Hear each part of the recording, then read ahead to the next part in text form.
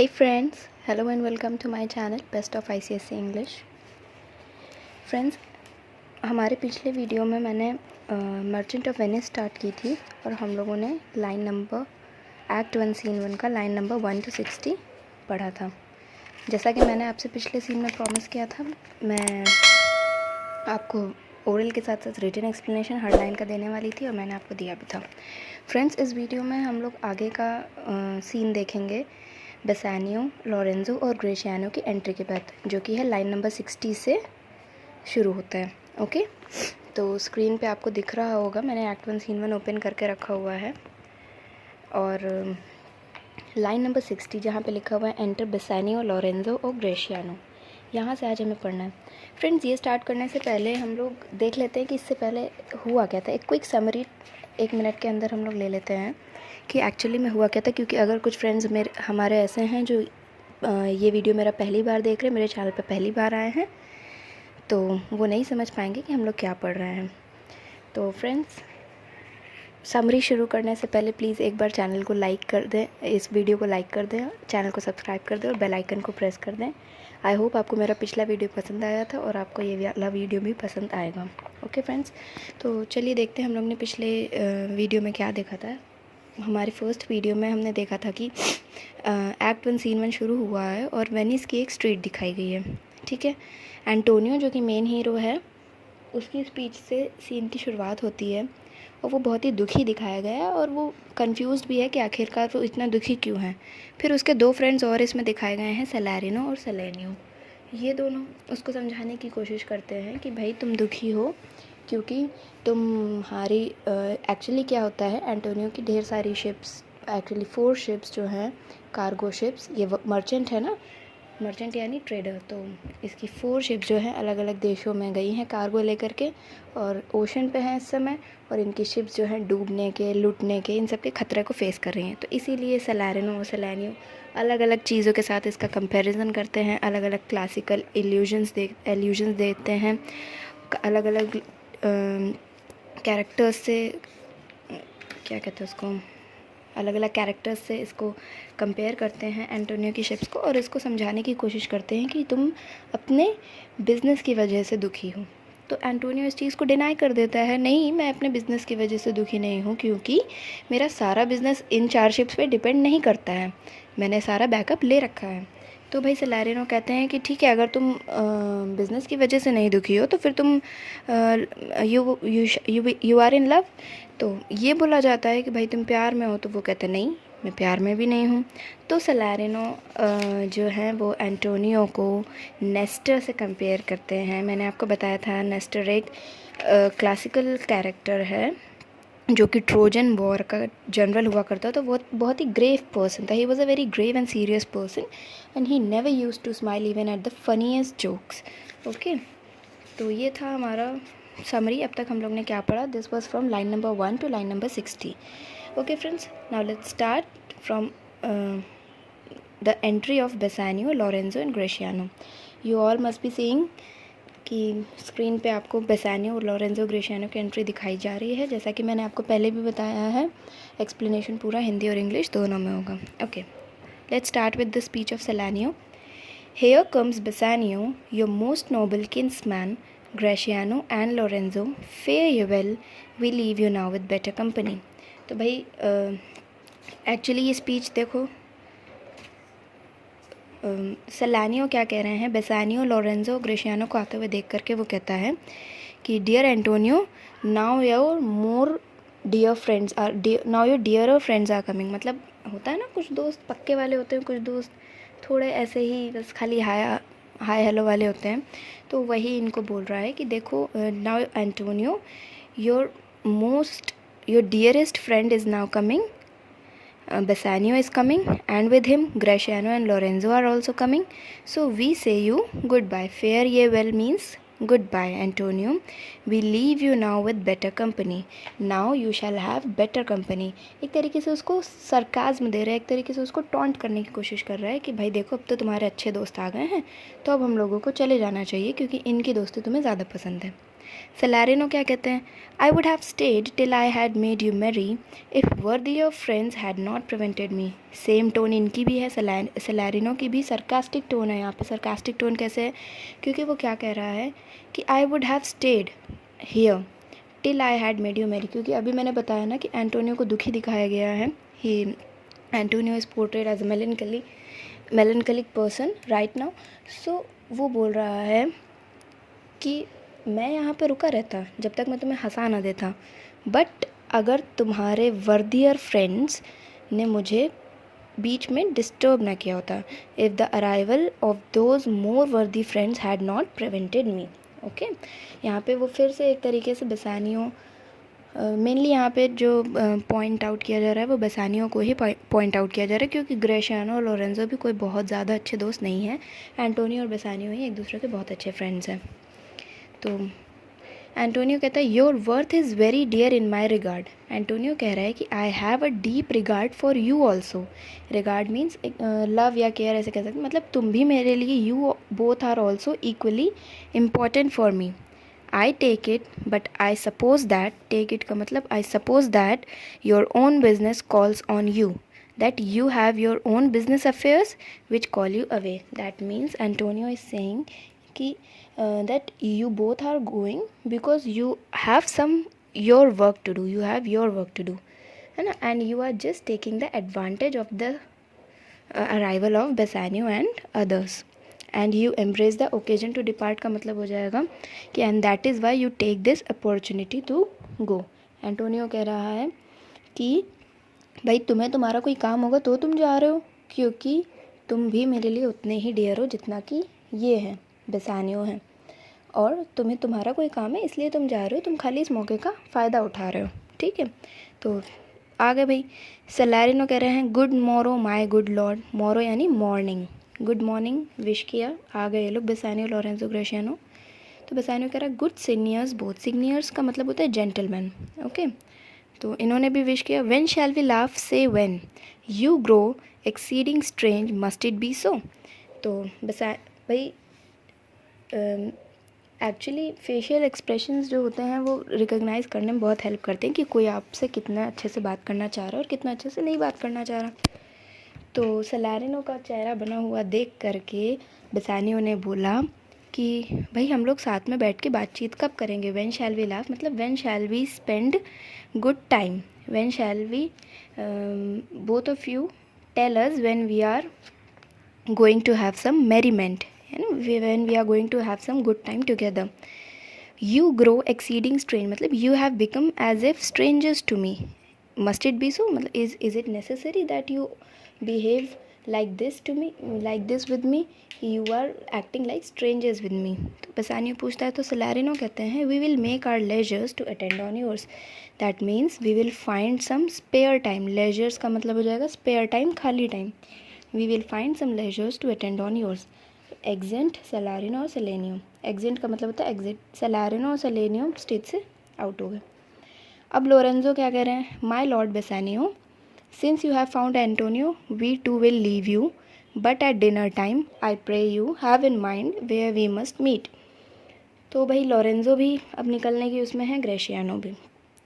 तो लोरेंजो कह रहे हैं कि भाई बेसानियो अब क्योंकि तुम्हें तुम्हारा दोस्त एंटोनियो मिल गया है तो हम दोनों को भी यहाँ से चलना चाहिए, but I request you that at dinner time you will remember that we have to meet at dinner time. इन लोग की कोई मीटिंग अभी आगे फिक्स है, डिनर टाइम पे इन सबको मिलना है आपस में, साथ डिनर करना है, आगे हम लोग को पता चलेगा। तो इतना उसको याद दिला रहा है कि आज डिनर टाइम पे लेट मत होना। तो Bassanio I will not fail you, that means I shall not fail to be there, मैं वहाँ ज़रूर आऊँगा। ग्रेशियानो सिग्नियर एंटोनियो का छोटा सा उतरा हुआ मुँह बना हुआ देख करके कहते हैं you look not well signior Antonio, you have too much respect upon the world, they lose it that do buy it with much care, believe me you are marvelously changed। तो ग्रेशियानो भाई एंटोनियो का चेहरा देख करके कह रहे हैं कि तुम्हें क्या हो गया, तुम ठीक नहीं लग रहे देखने में, you don't look well, you have too much respect upon the world, you are too much wrapped up with worldly affairs। इस लाइन का क्या मतलब है, you have too much respect upon the world का मतलब है कि भाई तुम जो हो दुनियादारी में बहुत ज़्यादा बिज़ी हो, you are too much busy with worldly affairs. Okay, you are too much busy with worldly affairs, मतलब तुम्हारे पास काम इतना ज़्यादा है, you are too much busy with your work. तो they lose it that do buy it with much care, इस line का ये मतलब है कि इफ़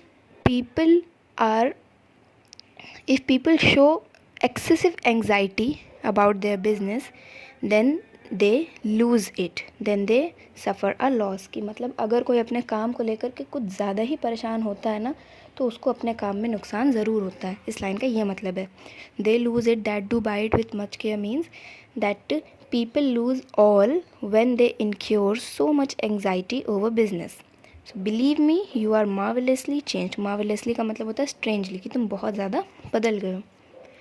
तो एंटोनियो कह रहा है, यहाँ से जो है इम्पोर्टेंट स्पीच चालू हो जाती है। एक्चुअली ग्रेशियानो की जो ऊपर वाली स्पीच है ना, यहाँ से ही आप कह सकते हैं कि इम्पोर्टेंट स्पीच चालू हो गई है।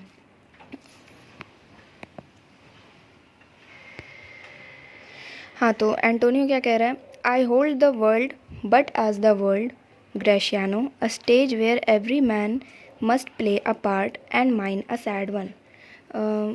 कभी मान लीजिए ये एक्सट्रैक्ट आता भी है तो इसी लाइन से आता है।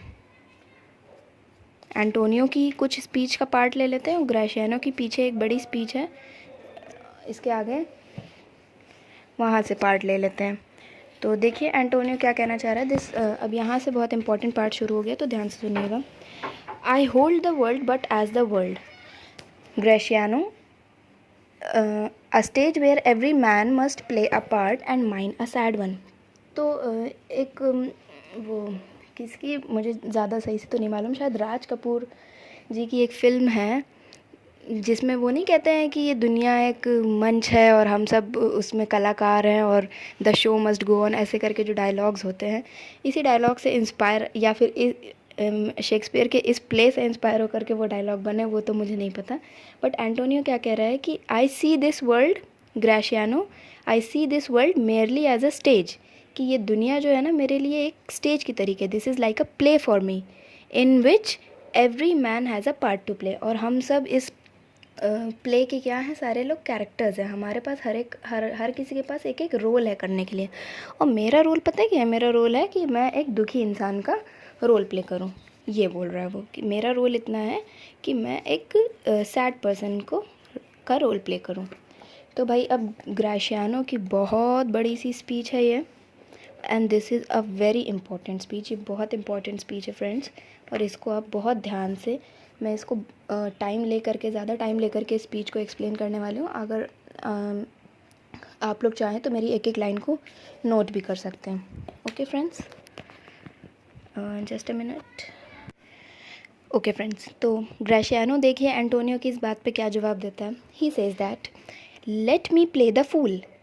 जैसे ही एंटोनियो ने बोला that my role in this world is of a sad person, then Graciano says that okay, then I prefer to play the role of a fool, that means I prefer to play the role of a clown, of a happy person। कि भाई तुम दुखी role लेना पसंद कर रहे हो तो ठीक है, मैं तो खुश रहने वाला हमेशा जो होता है ना क्लाउन, जोकर जिसको कहते हैं, उसका रोल प्ले करूँगा। With mirth and laughter let old wrinkles come and let my liver rather heat with wine than my heart cool with mortifying groans। तो फ्रेंड्स इस लाइन को ध्यान से समझने की कोशिश करिए कि Gratiano says that I will rather let my old I want that my wrinkles of old age would be because of my being remaining mirthful and laughing.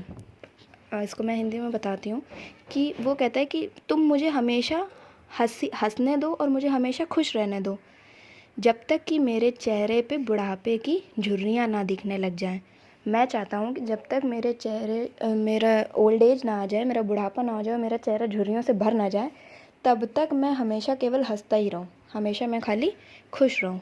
I want this and let my liver rather heat with wine. इसका मतलब क्या है, that I may rather heat my body with wine. अब wine क्या है, wine भाई खुशी में सेलिब्रेशन के टाइम पे पीते हैं लोग, तो कह रहा है कि मैं जो हूँ चाहता हूँ कि मेरा लीवर हमेशा मतलब मेरी बॉडी हमेशा खुशियों से यानी कि वाइन पी पी करके वार्म रहे, यानी मैं हमेशा खुश रहूँ।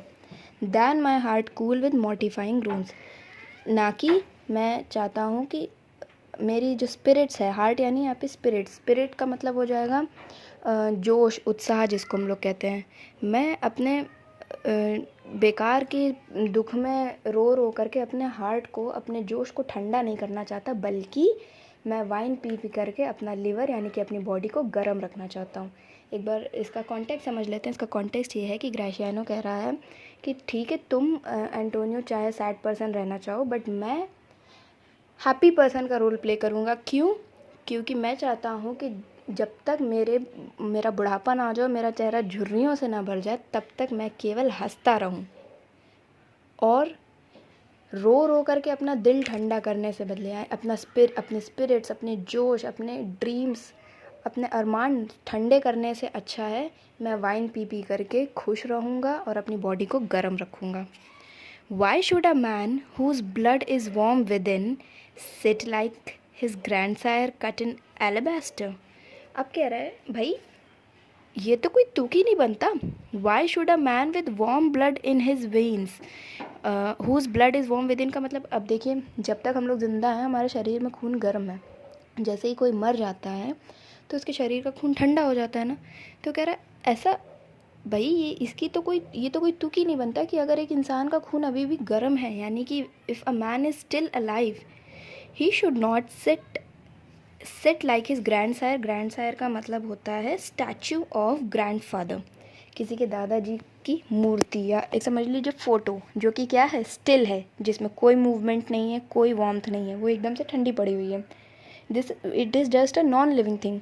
तो कह रहा है कि भाई why should a man with warm blood in his veins sit like a statue of his grandfather carved out of white marble cut in alabaster का मतलब है, alabaster किसको कहते हैं, white marble को कहते हैं। ओके, white marble को alabaster कहते हैं।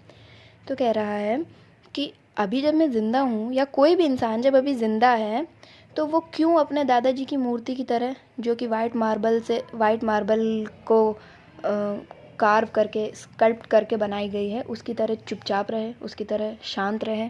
No, I am not like this and I will not be. Sleep when he wakes and creep into the jaundice by being peevish. और क्या कह रहा है, वाई शुड ही, अब यहाँ पे ही जो है वो जनरल पर्सन की बात हो रही है, यहाँ पे मतलब कॉमन पर्सन की बात हो रही है कि किसी भी इंसान को ऐसा नहीं करना चाहिए। Sleep when he wakes and creep into the jaundice, इसका मतलब क्या है, why should a person be sleepy in waking hours, मतलब कि जब वो जगा हुआ है तब भी वो सोया हुआ है, यानी कि लेज़ी, इनएक्टिव, चुप एकदम से, जिसको देख करके जो है सारा जोश और उत्साह ख़त्म हो जाए, ऐसा किसी को क्यों होना चाहिए, नहीं होना चाहिए। And creep into the jaundice मतलब कि and fret himself into an attack of biliousness by ill temper, इसका क्या मतलब हो गया भाई, क्या मैंने बोल दिया, इसका मतलब हो गया बाय बीइंग पीविश, इसका ये मतलब हो गया कि हमेशा चुप चुप और इल टेम्पर्ड। पीविश का मतलब हो गया इल टेम्पर्ड, हमेशा इल टेम्पर्ड रह करके वो क्यों अपने आप को बीमार कर ले। ओके, वो क्यों अपने आप को बीमार कर ले। तो कह रहा है I love thee and it is my love that speaks. Okay sorry, मैं थोड़ा सा मिस कर गई। I tell thee what Antonio, तो अब कह रहा है कि देखो एंटोनियो, मैं तुम्हें एक बात बता रहा हूँ, एंटोनियो मैं तुम्हें एक बात बता रहा हूँ, वो बात ये है कि आई लव यू, कि मैं तुम्हारी जो हूँ केयर करता हूँ। I love you, I care for you, और इस केयर की वजह से ही मैं तुमसे ये बात कहना चाह रहा हूँ जो अभी मैं आगे कहने वाला हूँ। आई love thee and it is my love that speaks, ये जो मेरे लव है तुम्हारे प्रति, इसकी वजह से मैं ये बोल रहा हूँ। There are a sort of man whose visages do cream and mantle like a standing pond. तो अब क्या कह रहा है कि there is a certain type of man with face covered over as a stagnant pool is covered with slime and other things.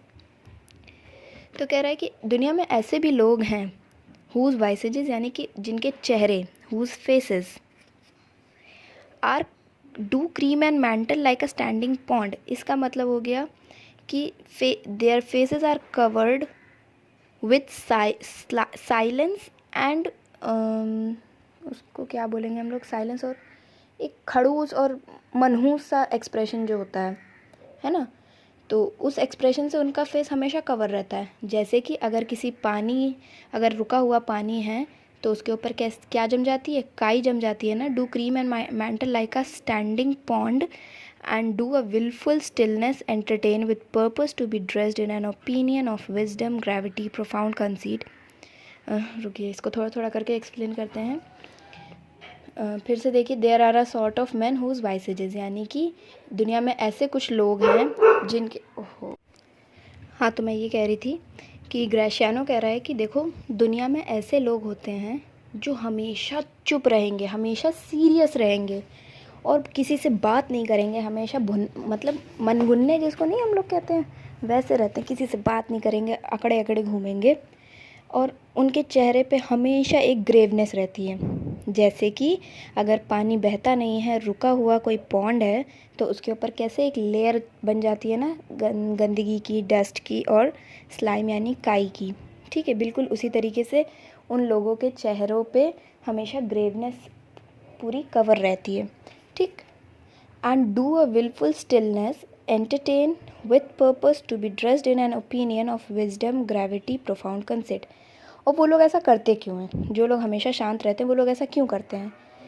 ये intentionally करते हैं वो लोग जानबूझ कर के चुप रहते हैं, ताकि जो भी उनको देखे उन मतलब जैसे नहीं होता है, जैसे कुछ लोग एकदम शांत रहते हैं और अपने आप को बहुत ज़्यादा समझदार दिखाने की कोशिश करते हैं, है ना, दूसरों को।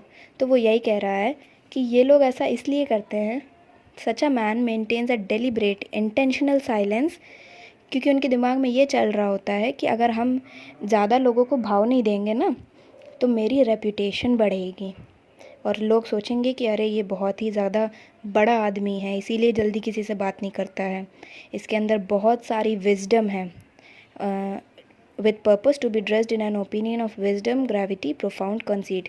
और इसके अंदर बहुत गहरी सोच वाला आदमी है और इसके विचार जो हैं बहुत ऊंचे हैं और इसीलिए ज़्यादा बात नहीं करता है। एक बार फिर से देख लेते हैं हम लोग, क्या बोला मैंने, कि एंटोनियो से कह रहा है कि दुनिया में ऐसे लोग हैं जो हमेशा चुप रहते हैं, जानबूझ के चुप रहते हैं।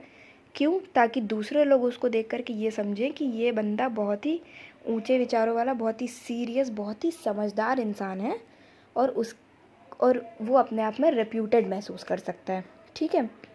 As who should say I am Sir Oracle and when I ope my lips let no dog bark.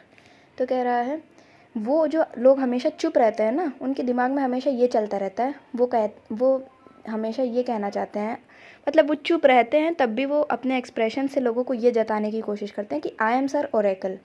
अब भाई ये सर ओरेकल कौन है? ये सर ओरेकल हैं, ये जो सर ओरेकल है ना, ये पहले ये माना जाता था कि भगवान जो है इनके मुंह से अपनी बात बुलवाते थे। मतलब ये जो है भगवान की वाणी बोलते थे, गॉड की जो भी बातें होती थी, गॉड जो भी कहना चाहते थे, वो सर ओरेकल के मुंह से निकलता था। ठीक है। तो इसीलिए लोग सर ओरेकल को एकदम सर आँखों पे चढ़ाए हुए थे कि अरे बाप रे, सर ओरेकल। तो वो यही कह रहा है ग्रेशियानो कि ऐसे जो लोग होते हैं ना, जो हमेशा चुप कि ऐसे जो लोग होते हैं जो हमेशा शांत रहते हैं, वो अपने आप को सर ओरेकल की तरह रिप्रेजेंट करने की कोशिश करते हैं। और क्या कहते हैं कि when I ope my lips, कि जब भी मैं अपना मुंह खोलूँ, ओप यानी open, whenever I open my lips let no dog bark, यानी कि सब लोग शांत हो जाएं, let others keep silent. Okay. O my Antonio, I do know of these that therefore only are reputed wise for saying nothing, when I am very sure if they should speak would almost damn those ears which hearing them would call their brothers fool। तो और आगे क्या कह रहा है? O Antonio, I know that kind of man, ऐसे लोगों को मैं बहुत अच्छी तरीके से जानता हूँ। आई नो ऑफ दीज का मतलब हो गया I know these kind of man very well, that therefore only are reputed wise for saying nothing. वो लोग तभी तक, उनकी जो रेप्यूटेशन है वो बरकरार रहती है जब तक वो चुप रहे। ठीक है। They get a reputation for wisdom by merely keeping quiet. जबकि when I am very sure, और मुझे ये बात बहुत अच्छे से पता है कि इफ़ दे शुड स्पीक, अगर उन्होंने अपना मुंह खोला तो वो ऐसा कुछ बेवकूफ़ी भरा ज़रूर बोलेंगे, would almost damn those ears which hearing them would call their brothers fool, कि जिसने भी, और अगर उसने जब भी मुँह खोला, ऐसे लोग जब भी कुछ बोलेंगे तो जो भी उन्हें बोलता वो सुनेगा ना, वो अपने ही भाइयों को कोसेगा, अपने ही भाइयों को बेवकूफ़ समझने के लिए खुद को कोसेगा। एक बार इसको थोड़ा अलग तरीके से मैं बताने की कोशिश करती हूँ, ध्यान से सुनिएगा। इसका ये मतलब है कि जैसे मान लो आप 4 दोस्त हो, ठीक है, और एक 5वां बंदा है कोई जो इसी नेचर का है, हमेशा सीरियस रहता है और अपने आप को बहुत शांत रहता है और अपने आप को आप लोगों से ऊपर रखने की कोशिश करता है, ठीक है, समझदारी में। आप लोग भी उसके रहन सहन से और उसके एटीट्यूड से यही समझते हो कि नहीं भाई ये बहुत बड़ा आदमी है और हम लोग इसके आगे कुछ नहीं है। अब मान लो आप हो उसको बहुत ही ज़्यादा महान समझ रहे हो, पर आपके दोस्त लोग जो हैं वो थोड़ा कह रहे हैं कि अरे नहीं यार ये बेवकूफ़ है, मतलब ये इतना भी महान नहीं है, ठीक है। तो कह रहे हो कि नहीं नहीं देखो उसके एक्सप्रेशन देखो कितने अच्छे हैं, ये है वो है, उसको बहुत महान समझ रहे हो और अपने ही दोस्तों को बेवकूफ़ समझ रहे हो, ठीक है। फिर जब उसकी असलियत सामने आती है, कैसे असलियत सामने आती है, जैसे ही मान लो उस आदमी ने बोला, तो बेवकूफ़ इंसान तो बेवकूफ़ी भरी बातें करेगा ही। जैसे ही उस आदमी ने बोला तो आपकी आंखों की जो पट्टी है वो खुल गई कि अरे यार ये कोई महान नहीं है, ये खाली अकड़ू है, इसके अंदर ना बात करने की तमीज़ है, ना इसके अंदर ज़रा सी भी नॉलेज है और ना ही इसके अंदर कोई ग्रेटनेस है। तब आप क्या करोगे, खुद को कोसोगे ना कि मैंने अपने ही दोस्तों को बेवकूफ़ समझा इस आदमी के आगे। वो यहाँ पे ये कहना चाह रहा है, ठीक है। तो I will tell thee more of this another time. अब कह रहा है इस बारे में मैं तुम्हें और भी बहुत सी बातें फिर कभी बताऊँगा।